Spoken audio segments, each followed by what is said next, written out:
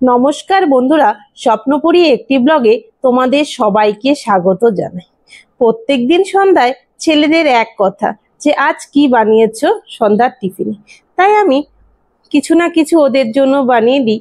আজ ঘরে দেখছি গাজর আর আলু আছে, তাই দিয়ে বানিয়ে নিলাম পটাটো ফিঙ্গার্স।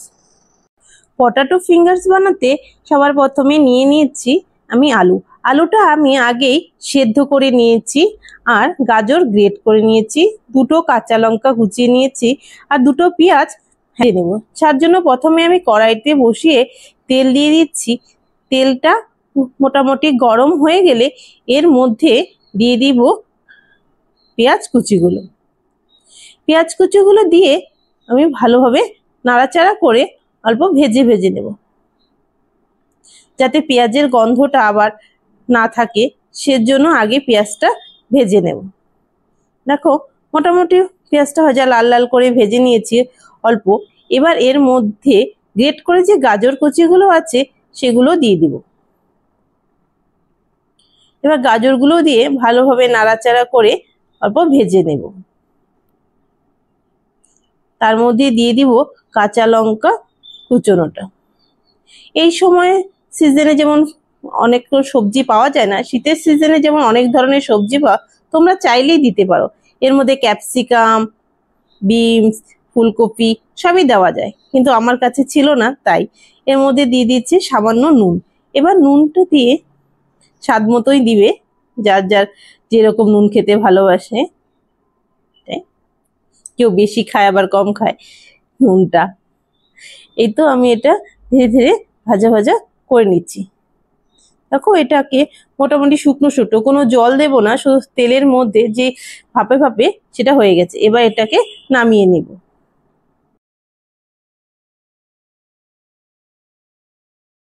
আলুটা আগেই সেদ্ধ করে রেখেছিলাম যেহেতু, এবার আলুগুলোকে আমি ভালোভাবে মিক্স করে নেব।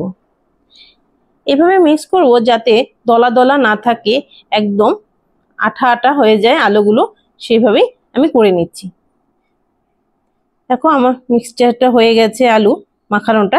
এবার এর মধ্যে দিয়ে দেব স্বাদ মতো নুন, আর দিয়ে দিচ্ছি আমি চাট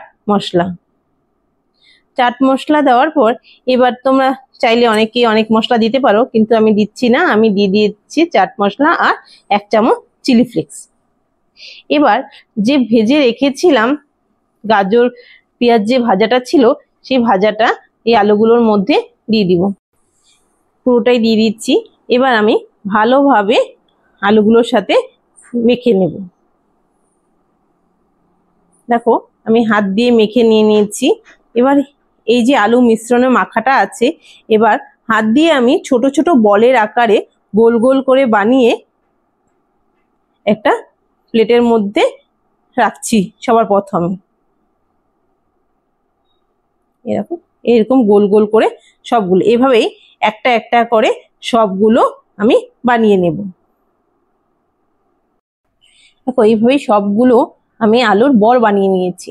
এবার এই বলগুলোকে হাত দিয়ে চেপে চেপে নিয়ে 2 হাত লাগবে, 2 হাতে আমি ফিঙ্গার্সের আকারে বানিয়ে লম্বা লম্বা ফিঙ্গার্সের আকারে বানিয়ে নিচ্ছি।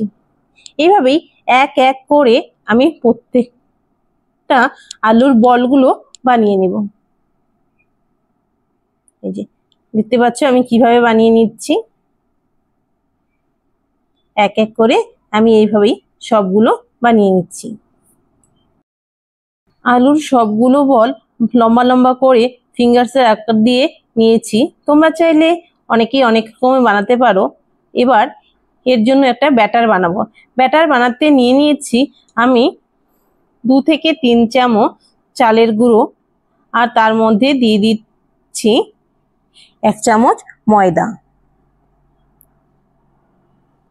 এবার তার মধ্যে দিয়ে দিচ্ছি স্বাদ মতো নুন, আর দিয়ে দিচ্ছি গোলমরিচ গুঁড়ো।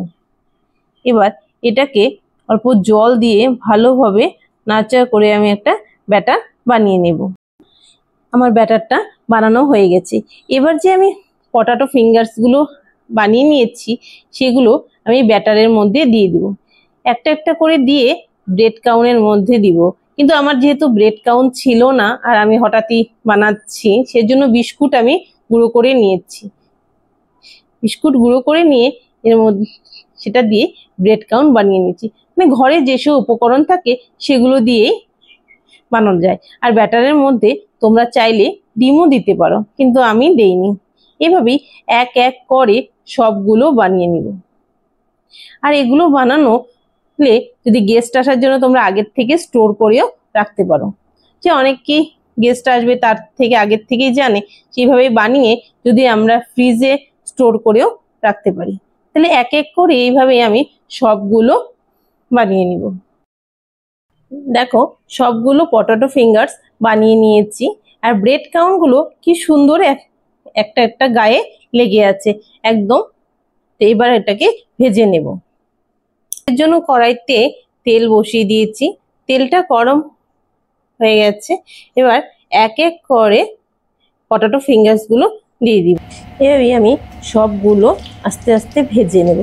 আর দেখো এক সাইডে লাল হয়ে গেছে, এবার উল্টে দিচ্ছি, যাতে হালকা হাতে করছি যাতে এটা ভেঙে না যায়। সেজন্য এইভাবেই সবগুলো এক এক করে ভেজে নিই। দেখো সবগুলো মোটামুটি অনেকটাই ভাজা হয়ে গেছে, হালকা ব্রাউন করি। এবার এক এক করে আমি সবগুলো তুলে নেব। তো তৈরি আমার পটেটো ফিঙ্গার্স। তোমরা চাইলে বাচ্চাদেরও বানিয়ে দিতে পারো পটেটো ফিঙ্গার্স। তো বলো, অবশ্য কমেন্ট করে জানাবে কেমন হয়েছে। আর ভিডিওটা ভালো লেগে থাকলে লাইক, শেয়ার অ্যান্ড সাবস্ক্রাইব অবশ্যই করবে।